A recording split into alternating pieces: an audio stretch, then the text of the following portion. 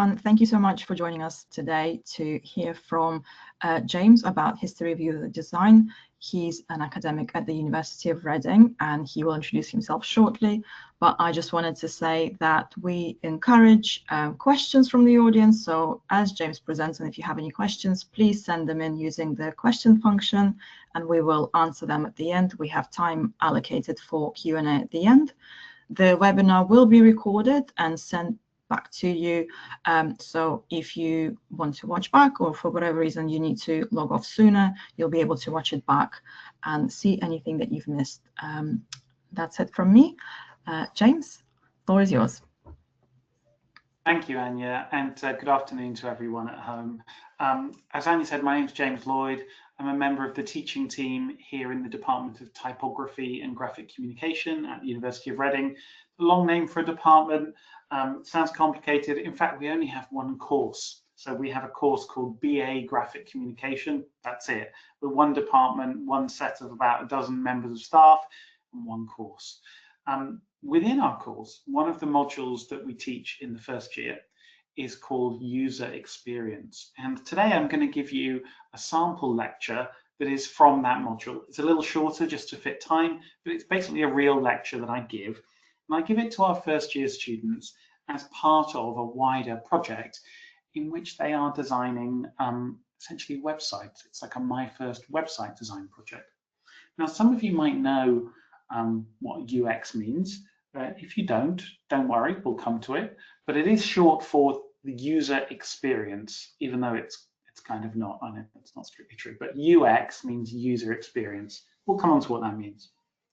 First of all, a little bit about how it fits into the wider studies that our students are involved in. They've got a brief, and actually this is a project that's happening right now. I'm in the middle of teaching it. They've got a brief to design a website. And what they have to do as part of that is they have to choose a website that they use, that they currently enjoy using. And it has to be some kind of streaming website. It can be streaming music or video, or even delivering books or animations or manga, whatever it is. They choose that and they make a perfect copy of it. And then they start to think about adding features that will really help people. Okay? Because a lot of graphic design is about saying, well, what can we do to help other people achieve their goals in whatever way? And that's really what UX is about. So as part of this project, we sort of split a lot of our work into historical teaching, theoretical teaching, technical learning, so what software do you need, and then some kind of evaluation, some testing, checking that your work actually works. So this session that I give is part of students early in the project understanding a bit about the history and theory of this topic before they start to worry about, well, you know, what tools do I need in order to make a website of my own? So we'll start by answering this question. What is UX? Well, UX, or user experience design, is shorthand basically for designing apps and websites. So from really simple web pages like this through to apps that you might use on your phone, or I mentioned streaming sites earlier, something like this, like the Netflix website or the Netflix app that you have on your TV or console at home. But although we tend to mean designing digital projects or products when we talk about UX, the term UX, that phrase, goes back before these things. It predates these things.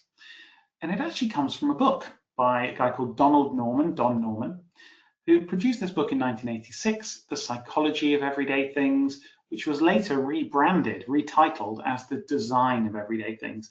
Now, he's a psychologist who then becomes I guess the world's first UX designer, and we'll come back to him a little later.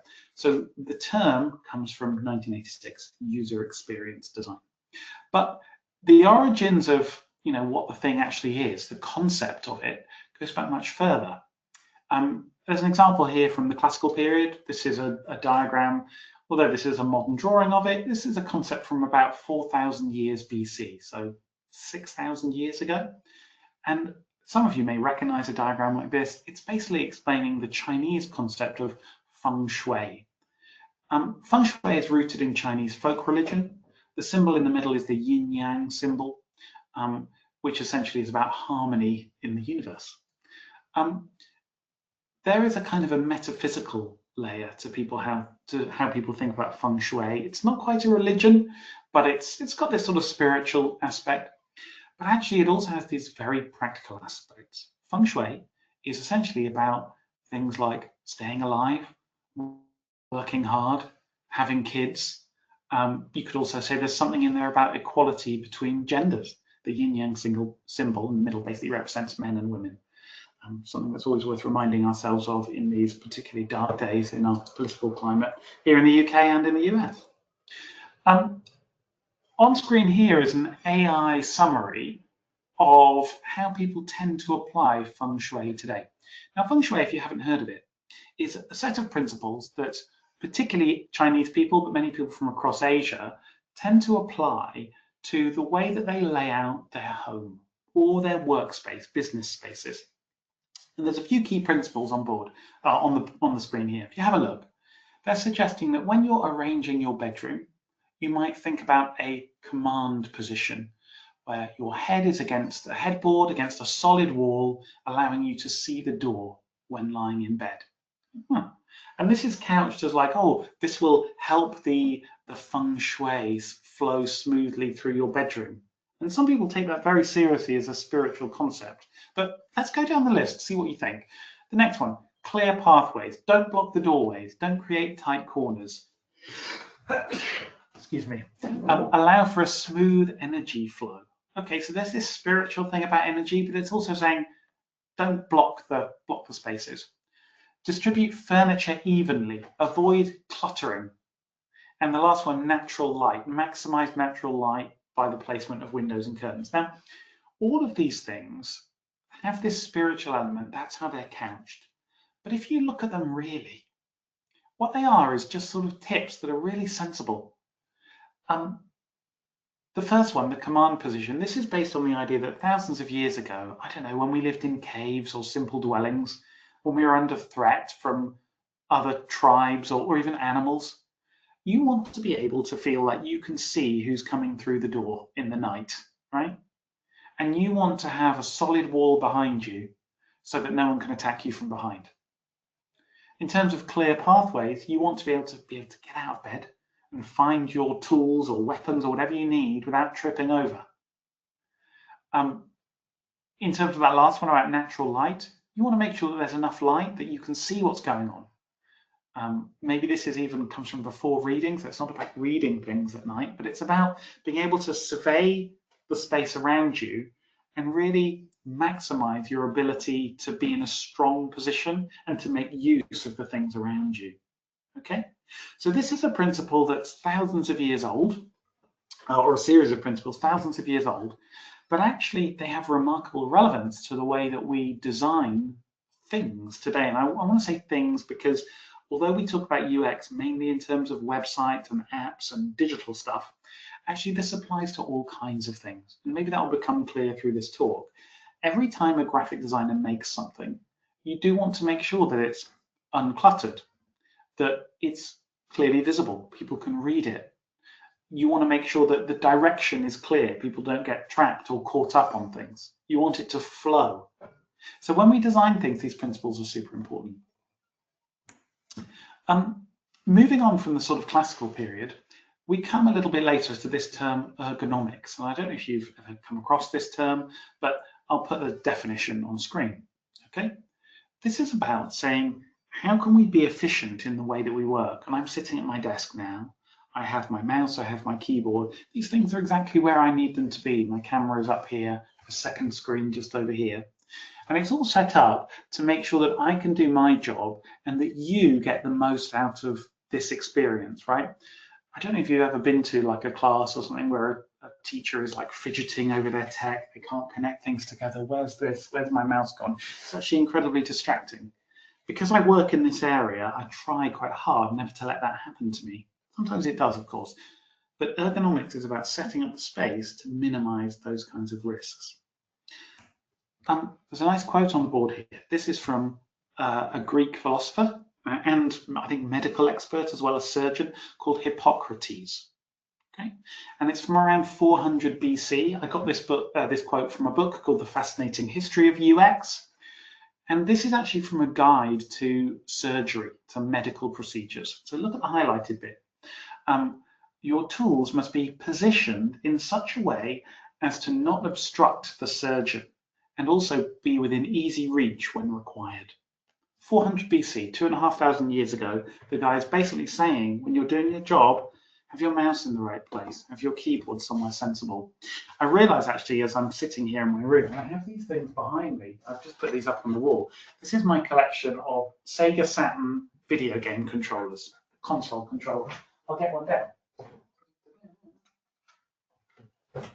I'll get one that's easier to see. This is a more modern one, but the principles are the same. This is about, the original design for this is about 30 years old. I think it's 1994. The ergonomics of something like this are really important. Unlike most game controllers today, you might notice there are 6 buttons across the face here. 6 buttons. Most modern ones have 4. So why is that? Well, it's because the games of the time in the mid-90s, most of the most popular games were what we call arcade games. You'd have to go to a video arcade to play them. And the most popular amongst all the video arcade games were what are called beat-em-up games. Games like Street Fighter, which still exists today. Street Fighter, Tekken, these kinds of things, Mortal Kombat. And almost all those games work on the basis of a 6-button system. The original arcade machine has 6 buttons, and they're laid out in 2 rows like this, one above another. The reason, by the way, is that the ones on the top are the punches, because the top of your body has arms, and the ones on the bottom are kicks, because the bottom of your body has legs. And they come in 3 weights, light, medium, and heavy. So there's 3 different grades of punch or kick. So there's this perfect logical map between the buttons, where they are, and what they do in the game. And Sega, who made this controller, also made arcade games. So they connected these 2 things, games consoles at home and arcade games, and said, look, if we can have this direct connection, it will make people feel more like they're in the arcade playing these amazing games, even though they're doing it at home, and we'll support the games that function in this way. So the button layout here is a perfect match. So it's a really nice example of ergonomics in action. They want these things to match up exactly with what's happening on the screen. There's this perfect connection. So ergonomics is super important. If you think about it in terms of your phones today and how they work, there's a nice example. I don't know if anyone's been through this transition. So the phone on the left is an older one, slightly smaller one. And the phone on the right is a bigger one, more recent, like you have today. So maybe the one on the left is the sort of phone I might have had 10 years ago. And the one on the right is pretty similar to what you have today. I want you to look at the position of the address bar. These are both in like a Safari web browser, right? Look at the address bar. You'll notice that the one on the left, it's at the top. The one on the right is down at the bottom. Now this is a shift that's happened over time, and it's happened as phones have got bigger. So here's my phone. Go to a web page, and there's my address bar down at the bottom. Okay. The reason it's at the bottom is because as the phone's got bigger, my thumb no longer reaches the top of the screen. So it's annoying to have a menu bar up here where I have to sort of hold it differently and adjust my grip in order to reach the top. On my older, smaller phone, that was no problem. The ergonomics worked really well on the smaller phone. On a bigger phone, the ergonomics no longer work. So what happens? Well, designers, UX designers, adjusted where that bar is. So now it's at the bottom. So now with a very similar grip, I can reach the bottom and I can type things in, right? I can do it all with my thumb rather than having to move the phone. So it's a nice example of how ergonomics works. Let's sort of go through a little bit of the history of computers. So in the 1960s, there was a sort of an explosion in computers. And the photograph on the left shows an image from NASA. I think this is, yeah, it's Houston. This is Houston in Texas in America. It is the sort of the headquarters of the moon landing and the rocket launches that took place in the 1960s in America. So this is the seminal moment where the US is sending people and rockets into space for the very first time. And a lot of it happened from Houston. The computers that they used there were made by a company called IBM, and they are huge. They're the size of a room. The computer is kind of everything that you see in this image on the left. That's where there's a fisheye lens to capture it all. Now, in order to program that computer, you would actually need to make a little code in paper tape. You'd get like these rolls of paper, you'd punch holes in it using a coding system, and then you'd feed it into the computer and that would tell it what to do. 25 years later, we get to the image on the right, which is one of the early Apple Macintosh computers. This one's actually, I believe, called a Mac Plus. Maybe it's just the original Macintosh, but it's one of the iconic early examples of a friendly computer. You program this computer using the mouse and the keyboard. It's very user-friendly. Now, essentially, this is about a transition from saying that computers, like the ones on the left, are only for use by kind of super nerds, scientists, right? People who understand how a computer works completely in order to be able to use a computer, right? You have to be the kind of person who's capable of making your own computer really in order to use it. These days, you think of your phone, you think of your parents or your grandparents can use a phone or a tablet. They've become much more user friendly. So now no one thinks they could design the insides of a computer, but everyone probably has some idea that they could control a computer. So there's been this complete revolution, and it comes from the idea that people are thinking about UX. So when we talk about UX, I called it user experience. This is about asking it's about a different mindset. Instead of saying, what can the computer do? Well, it's amazing, it's powerful, it can send rockets to the moon. Instead of asking that question, it's about saying, what does the user want from the computer? And how can we maximize the user's connection with that computer? What kind of experience does the user want? And gradually, that side of computing has sort of taken precedence over just making constantly more powerful computers. They've become more usable as well as more powerful. I'm going to do a little rewind back into history. The 20th century is where most of the development is in terms of the history of UX. But first, a word about some other kind of related things. This is a book by a guy called Bernardino Ramanzini, and it's called De Morbis Artificem Diatriba, which it translates as Disease for Workers, and it's from Italy, as you might imagine, from around 1700. Now, he was a doctor, and he started to make connections between people and where they work and how often they got sick. And essentially his idea was that certain kinds of work tended to make people sick. And I don't know, this is in the news at the moment. I don't know if you've heard this news story, but there's a group of people who were in the military during the testing of nuclear weapons in the 1940s and 50s, who are all very unwell now because, you know, nuclear power, nuclear fallout, I guess, has contaminated them in various ways. Things we do in life can make us unwell. Okay, so what's this about? Well, it's important because he's drawing connections between the tools that people use, the environment that they're in, and their ability to function as human beings and whether they're fit and happy and healthy. And this was kind of quite a big moment because no one had really drawn those threads together before. If we skip on a little bit through to about 1880, we come to this guy called William Morris. Now, this is in a completely different sphere. But William Morris was a well-known political figure, artistic figure, and designer. He actually is best known, I think, probably for designing kind of interiors. You can still go and buy wallpaper or cushions with his fabrics and his patterns on. But he has this one very famous quote that's useful here. Have nothing in your house that you do not know to be useful or believe to be beautiful. And in terms of how we think about graphic design, this is really powerful stuff. When we design things, we need to make sure that they're either very, very useful or that they're some way beautiful, that people like them just because they love the way they look. Now, that sense of aesthetics and beauty actually lives more in the realm of art or maybe fashion. Graphic designers these days tend to be more focused on, is it useful? Can I make something that works? If we can produce a website for you that serves your needs and that you go, 1, 2, 3 clicks, brilliant, it delivers the thing I was hoping for, it's going to make you pretty happy, or at least it's going to make you satisfied. You might use it again, you might pay to use it. Whether or not you like the look of it is something else, okay? But is it useful? It's kind of more important.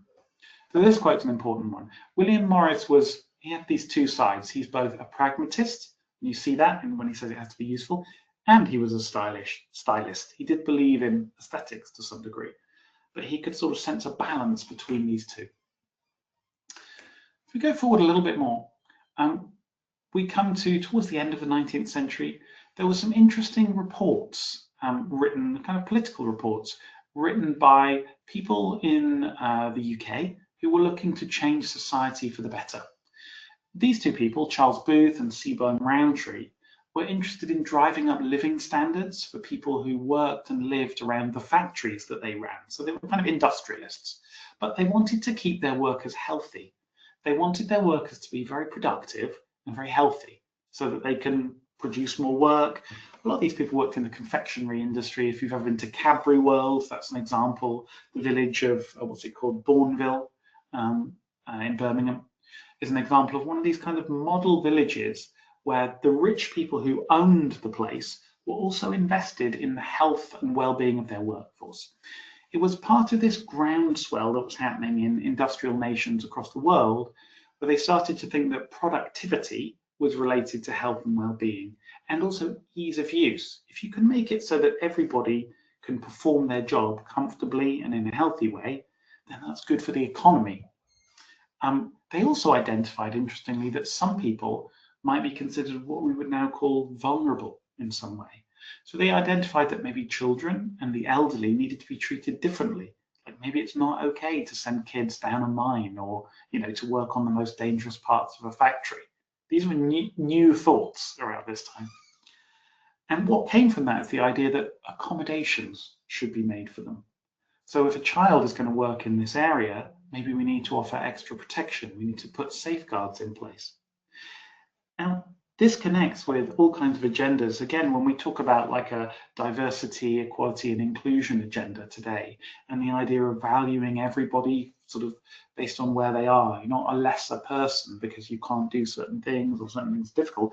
We can make what we call adjustments, reasonable adjustments. That's encoded in law these days, that you have to support all kinds of people if you're a business or if you're a part of government. So what we then have to ask is, well, do we understand enough about what those people's needs are? The example of a child working down a mine might be a very extreme one. Let's just not send children down a mine. But the idea of a child working in a business, well, maybe the factory is too dangerous, but could they work in the shop? Yeah, and you'll know that lots of young people still get their first job working in a shop, right? Because it's safer. So we make these adjustments. Okay, this is a kind of UX thinking. It's a way of thinking, okay, here's a particular kind of person, a child. What's the way that we can make them productive, i.e. give them a job, but also acknowledge that there are certain things that they can't do or that they'll find difficult. So we find a space for people. It's a reminder that a huge part of what we call UX thinking is about empathy. So this is about graphic design that is focused on empathy, understanding of other people. Now, whilst I wouldn't say that artists were all selfish, that's not the right way to put it. There's something about the difference between art and design that's about how when you're a designer, you're largely working for other people. You're trying to help other people fulfill their goals. Whereas maybe when you're an artist and you're concerned more explicitly with the visual side of things, what you're trying to do is maybe just express something for your own satisfaction, rather than necessarily with the goal of helping specific groups of people. Now, some artists are interested in that latter side of things, but really those are ideas that come from the world of design. There's a quote on screen here by a guy called Lewis Sullivan. You've probably heard it in various contexts. Form follows function. This is an idea, again, from the late 19th century, but really picked up in the early 20th century through what we call the modernist movement. That the way that something looks, its form, should be secondary to its function. In other words, you make something do a job and it ends up looking the way it needs to look in order to do that job. So you don't begin a design project by saying, well, I love red, so all the buttons need to be red.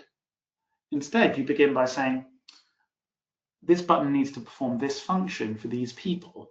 What color should it be? And I'm sure you have in your head that a color like red has certain connotations to do with danger or stop sign or something like that. I remember a lecture given by a graduate of ours a few years ago. She works for ASOS, the fashion retailer, and she told a story about how they managed to increase the turnover of their website by, I think she said it was like something like £1 million a week, right? They increased the turnover by changing the buy button, like buy it now, change that button to green. Because previously it had been red, which was like one of their branded colors, part of their brand. But if they change it to green, people understand more explicitly that it means go, let's do it, right? Green button. They made that change and there are benefits. This is UX thinking, not what color should I paint it because I like that color and because that's our identity. It's not branding. Branding is sometimes less important than usability, and that's a key learning. Okay, so yeah, Lewis Sullivan had this quote, and the two pictures on screen are two things. There's a building by Lewis Sullivan in the late 19th century, and then there's another one which is called the Bauhaus at Dessau in Germany in 1932. And the Bauhaus one is what we would call part of the modernist movement, right? This is where you're trying to strip away decoration and just make things functional. And if you look at how the Bauhaus is built here, you might see that there's that sort of grey box on the front. I believe that grey box is the staircase. So you make the main building and then you decide it needs a staircase. No problem. You put a staircase box on the side and you don't try to hide the fact that that's where the stairs are. You acknowledge that. And it looks like that because it's got stairs and the windows are there so that they illuminate the stairwells so that everyone can see where they're going. And the things just make sense. Whereas in the one above, slightly less so. The one above is more just like a wall of windows. Everything's even though there might be functionally different bits of the building within it. Okay, so ergonomics has this kind of overlapping idea. There's a nice quote on the screen. This is from an ISO standard. This is an internationally agreed standard. And this one comes from 1940, and it's like an internationally agreed definition of what ergonomics is. It's about basically arranging things so that you optimize human performance. And that has resonance in things like sports, like trying to, like the performance of how people are on a racetrack, on a pitch, but also just our day-to-day lives. And we can all perform better if we just think carefully about how we arrange and organize our lives. Moving on to the second half of the 20th century, I have another picture on the left here from IBM. So again, this is at NASA. This was actually taken from a movie. I don't know if anyone's seen the movie Hidden Figures. This actress is, I've forgotten her name, Olivia. Ooh, perhaps you know her, but she's a very good actress. And she's in this movie along with a bunch of other brilliant people. But it's a good movie.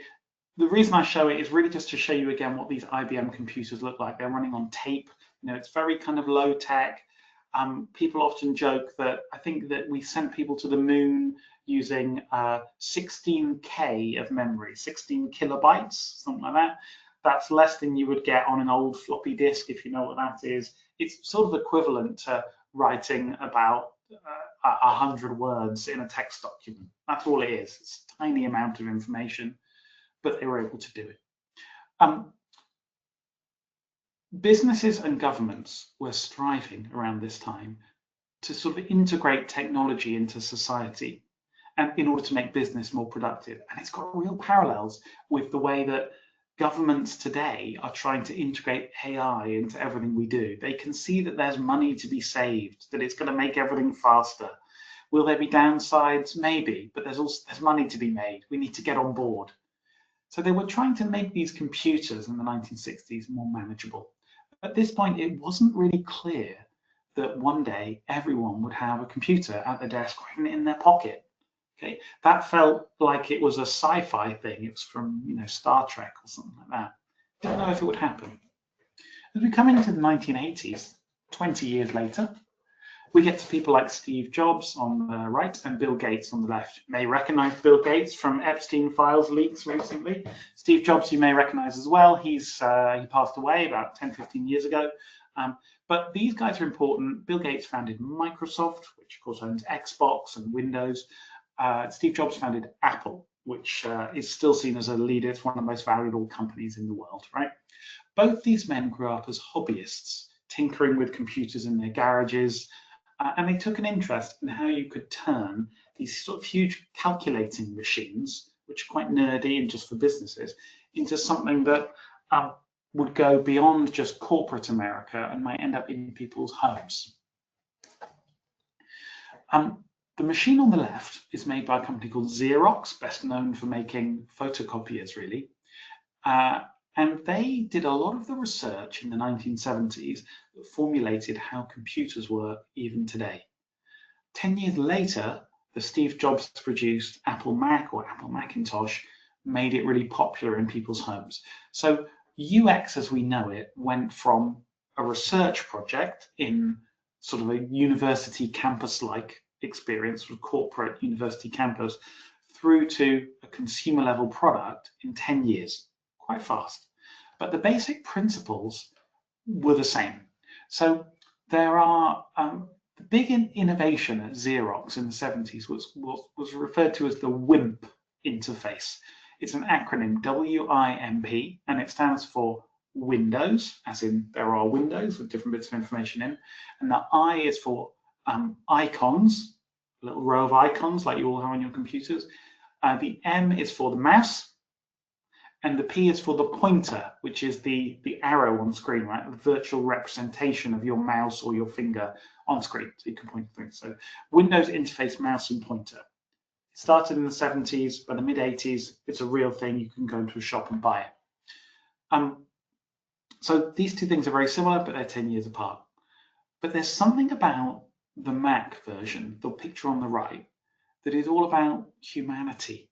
It's all about people. It's about users. The one on the left, you look at it and it just kind of says business, business, business, numbers, facts. The one on the right literally says, hello. I think the app that they've got there is called Mac Paint, which was the forerunner of sort of Photoshop and that sort of tech that we think of today. Okay, so it's trying to bring this technology to real people.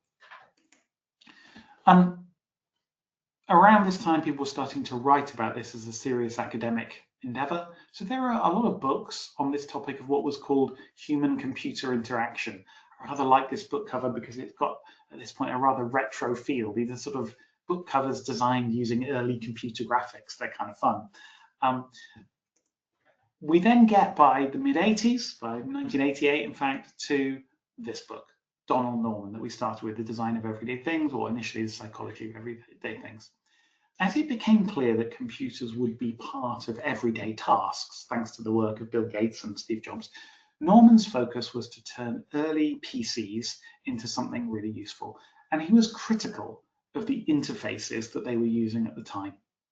He brought his psychological and technical interests together in his 1988 book, where the term user experience is coined for the first time. By 1993, so 5 years later, he joined Apple. He was signed up by Apple to help them work on their interface. And he was the first person ever to have the phrase UX in his job title. These days, being a UX designer is one of the #1 things that our graduates and graduates of every design course go on to do. Okay. And the reason for this, and maybe this is why I feel that this area of work is somewhat protected against AI, is that this is the kind of work that still strives to connect people with technology, right? It doesn't want people to be slaves to technology. It doesn't want technology to be the preserve only of the wealthy elites. This is a topic that I think is going to become increasingly important. I don't know how you feel about your relationship with your own phones and social media use. Maybe you spend too much time scrolling. Most of us do. Is there a genuine danger that we're becoming little more than slaves to our technology? How do humans fight back? One of the maybe downsides of UX is that a lot of it is focused on trying to make it as easy as possible for us to use technology.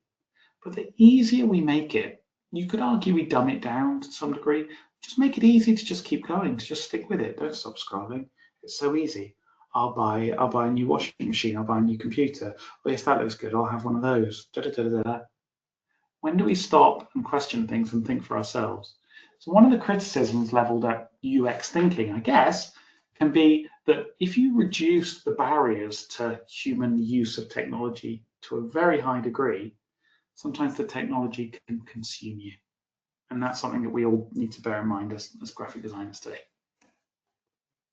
There are some key principles outlined in this book. I've abbreviated it here, Design of Everyday Things, DOET. But there's a core principle that's referred to as affordances. Understanding what an affordance is important, and affordances go hand in hand with signifiers. Let me give you an example. If you walk towards a door, how do you know whether to push the door or pull the door? Stop and think about it. Often there's a sign, isn't there? Push and pull. But sometimes there isn't a sign, or actually those signs can be a bit confusing because the word push and the word pull are at least 50% identical to each other, even though they're opposites. So we've all had the experience of pushing when we should pull or vice versa. So when we talk about an affordance, what we mean is what the environment offers us. What does the environment offer the individual? In other words, does it look like it can give us something? Some doors look like if you push them, they'll open. Other doors look like if you pull them, they'll open. And the thing that tells us this is what we call the signifier. And in the case of a door, the signifier is the door handle. You might know that doors that have a door handle on, a visible door handle, are usually doors that you can pull. You have to be able to grab the handle and maybe twist it, pull it. Some doors don't have a door handle. They have what's called a plate, like a metal sheet of metal, and no handle. And when there's no handle to pull, it's very obvious that you have to push the door, right? This is seen as a classic UX example because without thinking too much, just intuitively, when we walk towards a door with a metal plate on it, we all know to push it. We just lean into it and it opens. Okay. Now this has an equivalence with many of the things that we do when we use apps or websites constantly. There are certain ways that designers can design buttons or menus or all kinds of things that make it intuitively obvious how they work. And when it happens at that intuitive level and nobody has to think about what to do, the idea is that we as humans make fewer mistakes and can focus our thinking, our brain power, on something important rather than which way do I pull or push this button or which menu option does this thing or that thing.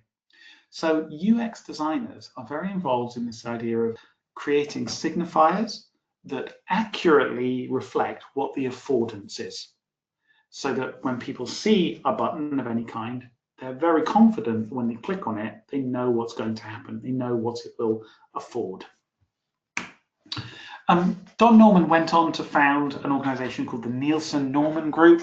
And if you want to learn about UX and how it works today, I think this is a great thing to have a Google for the Nielsen-Norman Group. They publish loads of guidance about how to design and test digital products of all kinds.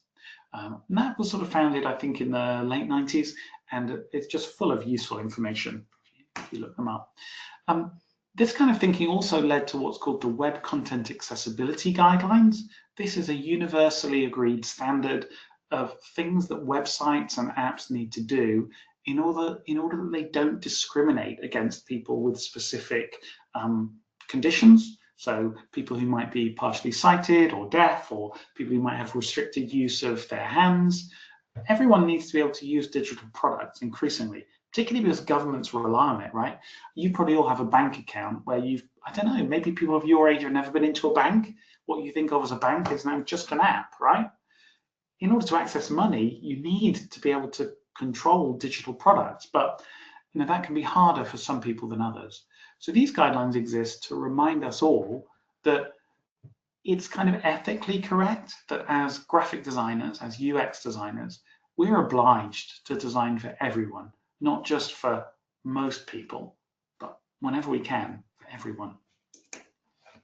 Okay, so UX has developed so much that many previously impossible tasks that were just science fiction, you can now literally do in a second. Child's Play. You can book a ticket to France. You can just do it. Just do it.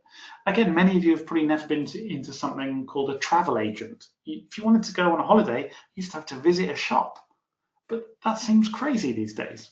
So the technology has increased, but this is because UX designers have found ways to harness the raw technology that's just like computing power and turn it into something useful. And that's always the task.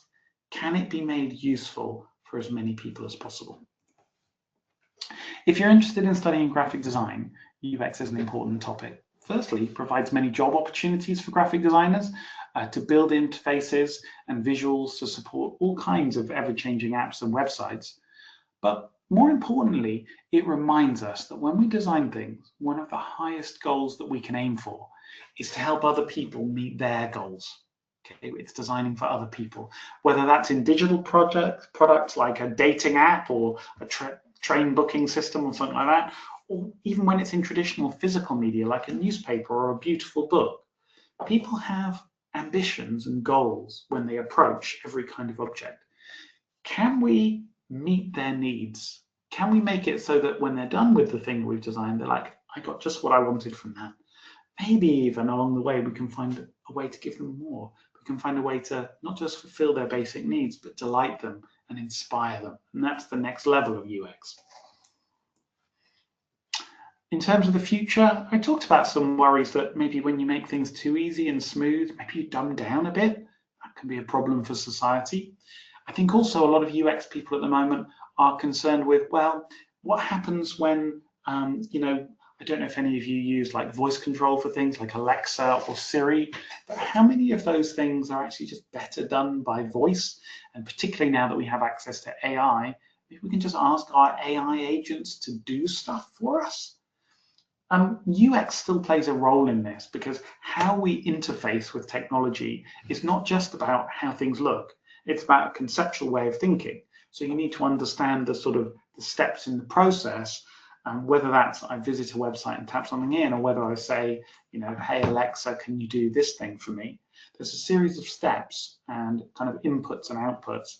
And UX professionals, people who are trained in UX, are trained to understand that in every step of the process, there are a series of risks and parameters and things to consider. So although the visual side of things is probably in retreat a little bit because the verbal, spoken side of things, or the sort of texting version of things is a little bit on the rise, it's still seen as a valuable profession because it operates at this interface between humans and technology. And if we don't put real humans at the center of things, I think as a society, we have a huge problem, right? So that's why UX starts with the word U for users. It's about real people, and we have to hold on to that. All right, that is the end of my lecture. Anya, I think, might have some sort of method for asking questions. So if you do have questions, I think she's probably going to come up in a moment and tell you how to put them in the chat or something like that. Maybe you've been typing them in already. But this last bit is me talking to fill a bit of time and persuade you that you can be confident in asking some questions, and I'll try and get you some answers. All right, back to Anya. Thank you for listening, everyone. Thank you, James. That was really interesting. As always, I wish I could do another degree, and it would be in graphic communications. If you stop sharing your screen, then we'll be able to see your face full screen as we take some questions. So if you've not asked the question yet, there's a question box where you can send a question, but we did have some come through, so I'll ask them now. Sorry, Anya, I'm just looking for the button to stop sharing my screen. I'm struggling a bit. I'll be with you in a sec. Oh, here we go. I got it. I'm going to stop sharing. Okay. Yeah, this platform is an example of not very good user experience design. So we have a mix of questions, some related to the presentation and some related to studying with us. So what is the best design you've ever seen or experienced as a user? That's a really interesting question. I mentioned my incredible collection of Sega Saturn controllers earlier. I've been really feeling that recently. It's a controller that I've been using for 30 years. And it is the nicest controller in terms of it feels wonderful in my hands. It does the right things.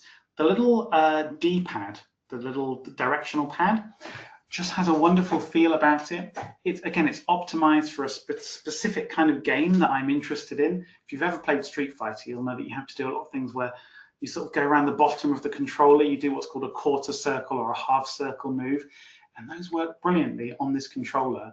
And it's because the designers have said, what should we target? What are we going to focus on? And they've chosen me, people like me, with my needs, and they've made it work for me. And that's a great feeling of satisfaction. So it's not really a graphic design object, but it's a product design. And there's a lot of overlap between these things. In terms of graphic design, I don't know, I'm looking around my room for other lovely things that I like. I'm going to tell you that I'm a big fan of another piece of 90s design. If you look up a company called the Designers Republic, I've got a poster on my wall, but you can't see it over there, but the Designers Republic. They produced amazing things that I found really inspiring, particularly when I was first starting to think about typography and what typography was. And those of you who've done a bit of digging into our course will know that typography is a big thing for us. It basically means the design of words and letters in a whole range of ways. It also just means we're really into fonts. I love fonts. But the Designers Republic were involved in all kinds of design projects in the 1990s that had this kind of very expressive, wacky typography that was just incredibly eye-catching. I think lots of people get into typography for the really expressive stuff. And then what you find is, the more you learn about it, actually there's also fascination in the kind of more restrained things, the more subtle art of how you build a paragraph and a page of a book. And I don't know if you guys have ever had the experience of, like, sometimes you're reading a book and it's quite painful. You don't really know why, but it's like, oh, it feels like a drag. You accidentally read the same line twice. You're like, oh, and it's because the things are the wrong size. The font choices are poor. The margins aren't big enough. The pages don't fold correctly, and it becomes a pain. And then you have other wonderful books. I'm just going to see if I've got one. I've got one in mind now that I've said it. Do I have it?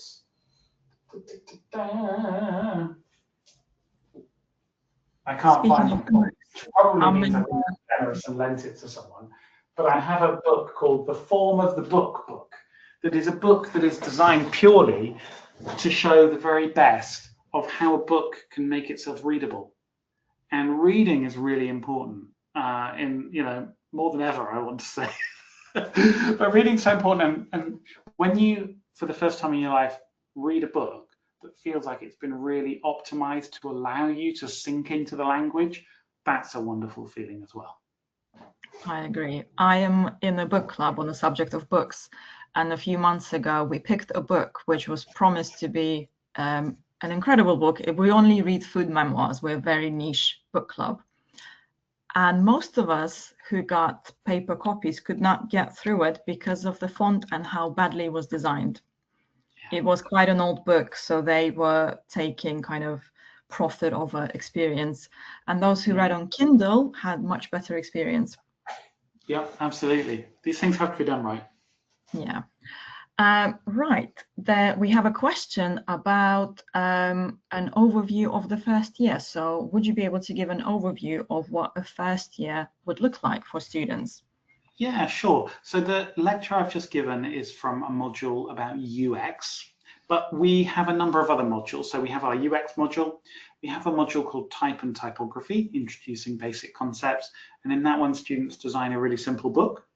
Then we have a module that's focused on information design, and students design some kind of instructions. So an explanation of how you do things, which is a chance to combine diagrams and charts and kind of flows of information. And then lastly, we have a module called Branding and Persuasion, which is about the more expressive side of graphic design. How do you grab attention? That one's going to start in 2 or 3 weeks. We design some logos and some book covers.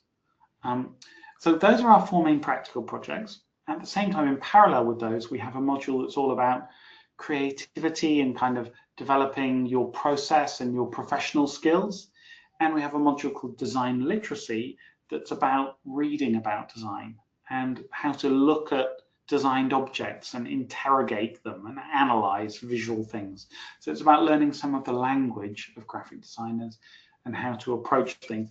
You know, a quote that I always have in my head is from an artist called David Hockney, who many of you I'm sure will know. He's probably Britain's most famous living artist. But I remember hearing him on the radio about 5 or 6 years ago, and he said that as well as being an artist, he sometimes teaches. He's from Bradford in Yorkshire, and he teaches at a school up there. And he said, "Oh, I do a lot of teaching, and you know, I teach drawing." But then he said, "But when you're teaching drawing, what you're really teaching is the art of looking." And this really appealed to me because I feel this resonates with design as well.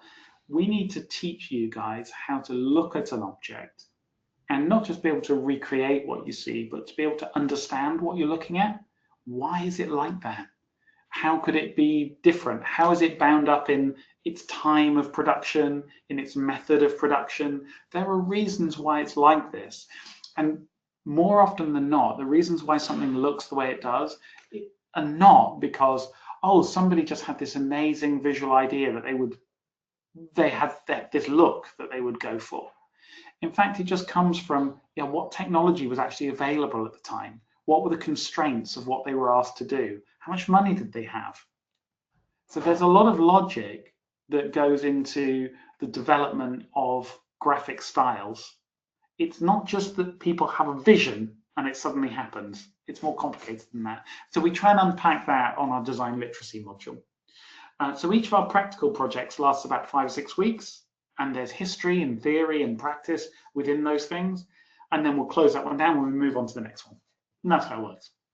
Amazing, thank you. That covers one of the next questions, which was how much is spent in the lectures and how much is actual doing stuff. But we also have a question about whether this course is suitable for someone with dyslexia or any other learning difficulties. Is there support available, adjustments? Yeah, so I would say generally the University of Reading is quite good on this. We have a team that manage a lot of that centrally, but as a department, we're also, I think, not uniquely, but we have a lot of experience in that area because you guys might know a lot of people who are interested in creative fields maybe do experience dyslexia or other learning difficulties that maybe have made some other fields of study too challenging for them in various ways, or just, you know, they feel limited. So people often gravitate towards more creative things. So we absolutely try and support people with dyslexia. We've had a number of first-class graduates who are dyslexic. It's not a bar to doing really well. In fact, it's definitely something where people who arrive here and are willing to understand and embrace their own specific situation are the people who tend to do well, because knowledge of self tends to lead to approaches, strategies, and agency, where people take control of their learning and what they do and find ways to solve problems that are their own ways. And that has a real connection with, I guess, what we call creative process. How do you go through in order to create unique things? Well, one of the ways that you do that is that you are unique, that you have your ways. We all have our ways. We have our pros and cons, but we all have our ways. And it's important to let that filter into how you work. When you add to that the sort of rich mix of, there's reading and writing to do, there's all this theory that we explain, there's the history of stuff, we'll introduce the tech to you. When you're willing to learn those things and find a way to process them through the way that you think, then there's big wins that come from that.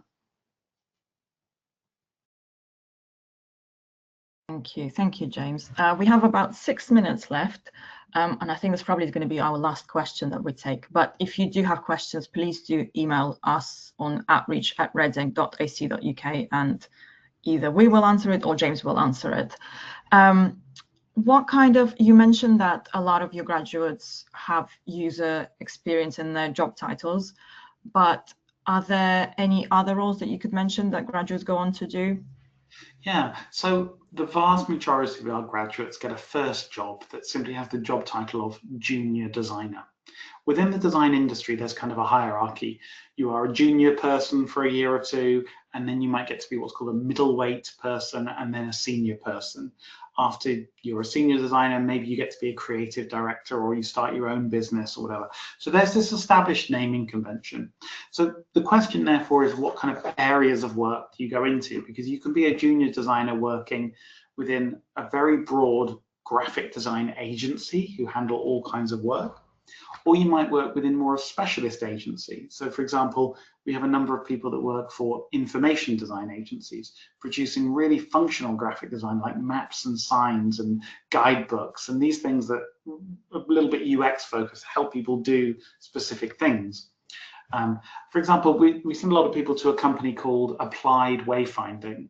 They produce signage for some of the world's biggest airports, but it's not just the signs that say, well, here's the toilet or turn left for this. It's also the sort of branded environment of a, I don't know, it could be an airport or a shopping mall or a business park or something, so that you conjure a vibe from all the signs that you create. All the visual language is unified and kind of has a message about it.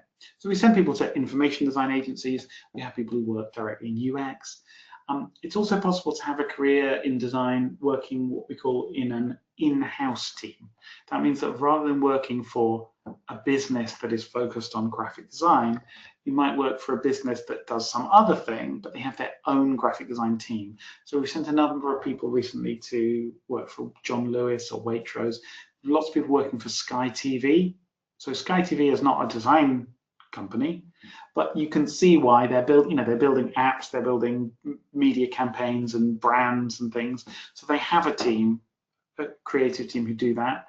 We sent somebody there every year for the past 4 or 5 years. So yeah, those kinds of things. Oh, also books. We have people who design books. Thank you, James. Thank you so much for your time today. I, as always, found it fascinating. I'm sure everyone else did. Whoever joined us at the beginning, they stayed on for the rest of the webinar, which, says a lot. Thank you for joining us today. This will be sent out to you tomorrow as a recording. And like I said, if you do have any questions, please do get in touch. Have a look on our website, have a look at Graphic Communications at Reading.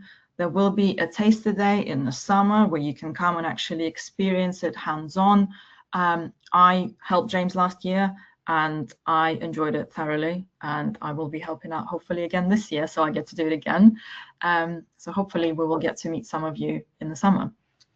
Really look forward to that. Thank you so much for coming along, everyone. Thank you, everyone.